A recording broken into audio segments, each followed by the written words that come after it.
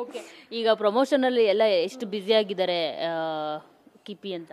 ಇಲ್ಲ, ಅಷ್ಟು ನಾನು ಫ್ರೀಯಾಗೇ ಇರ್ತೀನಿ. ನಾನು ಯೂಟ್ಯೂಬ್ ಚಾನಲ್ ಒಂದು ಬಿಟ್ಟರೆ ಪ್ರಮೋಷನ್ ಅಷ್ಟು ಮಾಡಲ್ಲ. ಬಿಕಾಸ್ ಕಾರಣ ಇಷ್ಟೇ, ಎಲ್ಲ ಬರೀ ಓಸಿ ಗಿರಾಕಿ ಅಂತ ನನಗೆ ಇಷ್ಟಪಡ್ತೀನಿ. ಅನ್ನಿಸ್ತಾರೆ ಸುಮ್ಮನೆ ಓಸಿಯಾಗಿ ಬಂದು ನನಗೆ ಅದು ಮಾಡಿ ಇದು ಮಾಡಿ ಅಂತ. ನನಗೆ ಅದು ಇಷ್ಟ ಇಲ್ಲ. ಬಿಕಾಸ್ ನನಗೆ ತುಂಬ ಜನ ಬೈತಿದ್ದಾರೆ, ಯಾಕೆ ನೀನು ಏನಕ್ಕೆ ಬೇರೆಯವ್ರಿಗೆ ಏನು ಮಾಡಿ, ಕಣ್ಣಿಲ್ಲ ಕಾಲಿಲ್ಲ ಅವ್ರಿಗೆ ಹೆಲ್ಪ್ ಮಾಡು, ಎಲ್ಲರಿಗೂ ಏನಕ್ಕೆ ಮಾಡೋಕ್ಕೆ ಹೋಗ್ತೀಯಾ?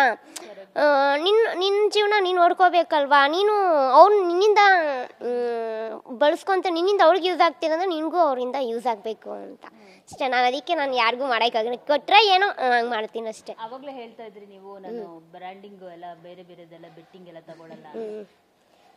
ಬಿಕಾಸ್ ಯಾಕೆ ಅಂದರೆ ಅದರಿಂದ ದೇಶಗಳು ಆಗಲಿ ಜನಗಳಾಗಲಿ ನನ್ನ ಫಾಲೋವರ್ಸ್ ಆಗಲಿ ಕೆಟ್ಟ ಚಟಾಗಿ ಹೋಗ್ತಾರೆ. ನಾನು ಇವಾಗ ಬೆಟ್ಟಿಂಗ್ ಪ್ರಮೋಷನ್ ಮಾಡಿ ಏನು ಸಿಗುತ್ತೆ? ನಮ್ಮ ಮನೆಗೆ ದುಡ್ಡು ಸಿಗ್ಬೋದು, ಈ ನ್ಯಾಯದಿಂದ ದುಡ್ದಿರೋದಾ? ಯಾರ ಮನೇನೂ ಹಾಳು ಮಾಡಿರೋದು ಯಾರೋ. ಇವಾಗ ನಂಬಿಟ್ಟು ಇವಾಗ ಈ ಆ್ಯಪ್ ಇದೆ, ಈ ಆ್ಯಪ್ನ ಡೌನ್ಲೋಡ್ ಮಾಡಿ ಈ ಆ್ಯಪಿಂದ ರೀಲ್ಸ್ ಸ್ಕ್ರೋಲ್ ಮಾಡಿದ್ರೆ ದುಡ್ಡು ಬರುತ್ತೆ ಅಂಥದ್ದೆಲ್ಲ ಮಾಡ್ತೀರಲ್ವಾ? ಅದರಿಂದ ಅದು ನಿಜ ಬರುತ್ತಾ? ಇವಾಗ ಅವ್ರು ದುಡ್ಡು ಹಾಕ್ತಾರೆ, ಇನ್ವೆಸ್ಟ್. ಇವಾಗ ಆನ್ಲೈನ್ ವರ್ಕ್ ಬಗ್ಗೆನೂ ಹೇಳ್ತಾರೆ, ಅದು ಕೆಲವೊಂದು ಜೆನ್ಯೂನು ಇರುತ್ತೆ, ಕೆಲವೊಂದು ಫೇಕು ಇರುತ್ತೆ. ಇವಾಗ ಅದ್ರಾಗ ಹೋಗಿ ಇನ್ವೆಸ್ಟ್ ಮಾಡಿಬಿಟ್ಟು ನಾಳೆ ದುಡ್ಡು ವೇಸ್ಟ್ ಆದರೆ ಯಾರನ್ನ ಇಟ್ಕೊತೀರಾ?